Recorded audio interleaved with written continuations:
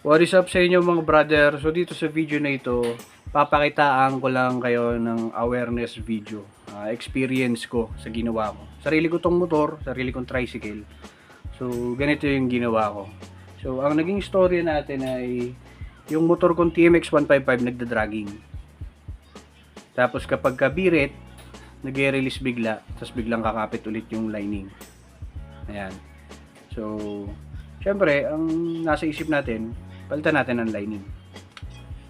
Ayan. Ito ang hindi ko tinignan ng maayos. So, hindi pa naman tayo mahusay ng mekaniko. Tayo ay nagbibigay lang ng idea kung ano meron tayo, pero hindi tayo nagmamagaling na mekaniko.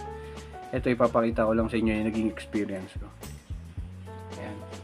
So, balik tayo sa story ako. Nag-dragging siya, bumili ako ng lining. Ito yung pinalit ko. Makoto, 195 lang, 5 piraso na. Ayan. Ito yung original ng Honda. Ito, 1,000. Ito, 195. Dahil diferensya, di ba? So, nung kinabit ko na itong tago 195 na lining, okay, bago langis, binabad ko siya 30 minutes sa langis. So, kinabukasan, nung babiyahe na ako, okay manakbo. Kaso mo, nung bakbakan na yung biyahe, nung oras na nung tanghali, hanggang hapon, hanggang gabi, nung mainit na makina, yung tipong wala ng patayan ng makina, doon na siya nagsimulang mag-drag. Kaya sakay ko lang isang pasahero, dalawang pasahero. Pagka-arangkada ako, hirap na siya. Kailangan dahan-dahan yung release ng clutch, tapos ibobomba mo ng maigi. Tapos bigla siyang nangangatal. Hanggang sa pag binitaw mo yung clutch, mamamatay. So, ang hirap mag-drive. Ayan, so, kinalas ko ulit kasi alam kong hindi aari. Hirap siya umahon. Humps lang, tapos ilan lang pasahero ko. Hirap na hirap siya. So, upon checking, in-inspect ko ulit. Ayan, di ba? Nadoblehan ako ng gastos. Kasi kinalas ko ulit, tapos di pa ako nakabiyahe. Pag drain ko nung langis ko, itim na itim. Sign na nasusunog ang lining mo. Ayan. Tapos ito nakita ko. Pinaliwala ko ito nung kinalas ko. Ayan. Ang lalim na. Dito. Tapos ito. Dito. Hindi ko naman alam kung malalim talaga ito Nung una kong tinignan. Wala ko nga lang, lining lang binili. Nung na-experience ko na itong pag-dragging ulit, kahit bago na yung line, pag-isip ko na bumili na ako. Kaya sa remedyo. So ito yung bagong breaker cup. Pansinin nyo ito, patay na. Ito. Pag sinalat mo yan papunta dito,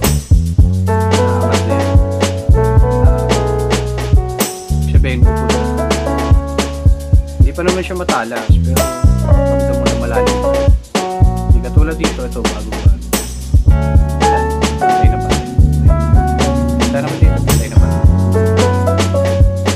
So naman kabila, yung clutch hub. Ayan o. Wow.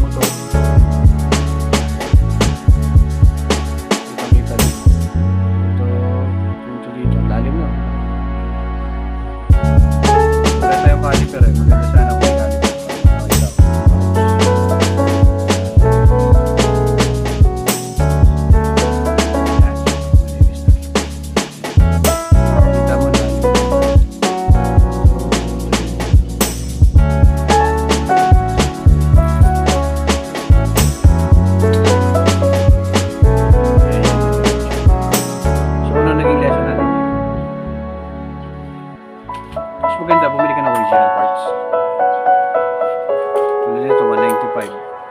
Matipid nga ako, isang araw ko lang nagamit. Sayang yung langis, sayang yung pyesa, sayang yung abala. Yan. Partner kasi yan eh. Dito nakalagay yung lining. Ito yung pinaglalagyan ng spring. So partner yan, yan yung nagsasandwich. So ilang mm lang yan, yung difference. Ilang mm lang yan. Pero ang laki ng pinagkaiba na pagdating sa power output.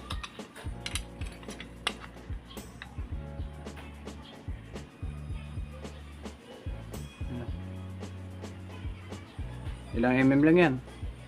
Pero malaking bagay yan. Pero dito, ito hindi ko na ito pilaltan kasi maganda pa yun. Hindi tama naman. Tsaka hindi siya yung malalim na. Okay. So yun lang, awareness post lang. So sa magtatanong kung magkano yung pyesa na bili ko dito. Sa dalawang to. Ito yung part number niya. So pag binili siya set, to 180 ko ako dito. Sa Star Honda ko mismo binili. To 180. Tapos sa lining na original 1,000. Yan. Ang update. Tapos bumili pa akong langis. Isang pang babad. Tapos isang pang makina. Tapos gasket panibago ulit. So ayan. Much better kapag kayo ay mag-aayos ng inyong clutch lining, bili na lang kayo ng original. Isang gastusan, tsaka balik yung power. Balik yung dating power. Kaysa magpapalit ka ng local, tapos hahanapin mo yung dating power. Ibang iba talaga. Kaya mas maganda ganito gawin. Bili lang kayo original parts. So yun ang ipakabit nyo. At least, wala kayong iisiping problema. Tulad nun sa akin, isang araw ko lang nagamit, nag-dragging kagad. Sino naabala? Ikaw din. Diba? Ayan. Maraming salamat brother. Sana may natutunan kayo dito sa paulit-ulit kong kwento. Yan lang. Thank you.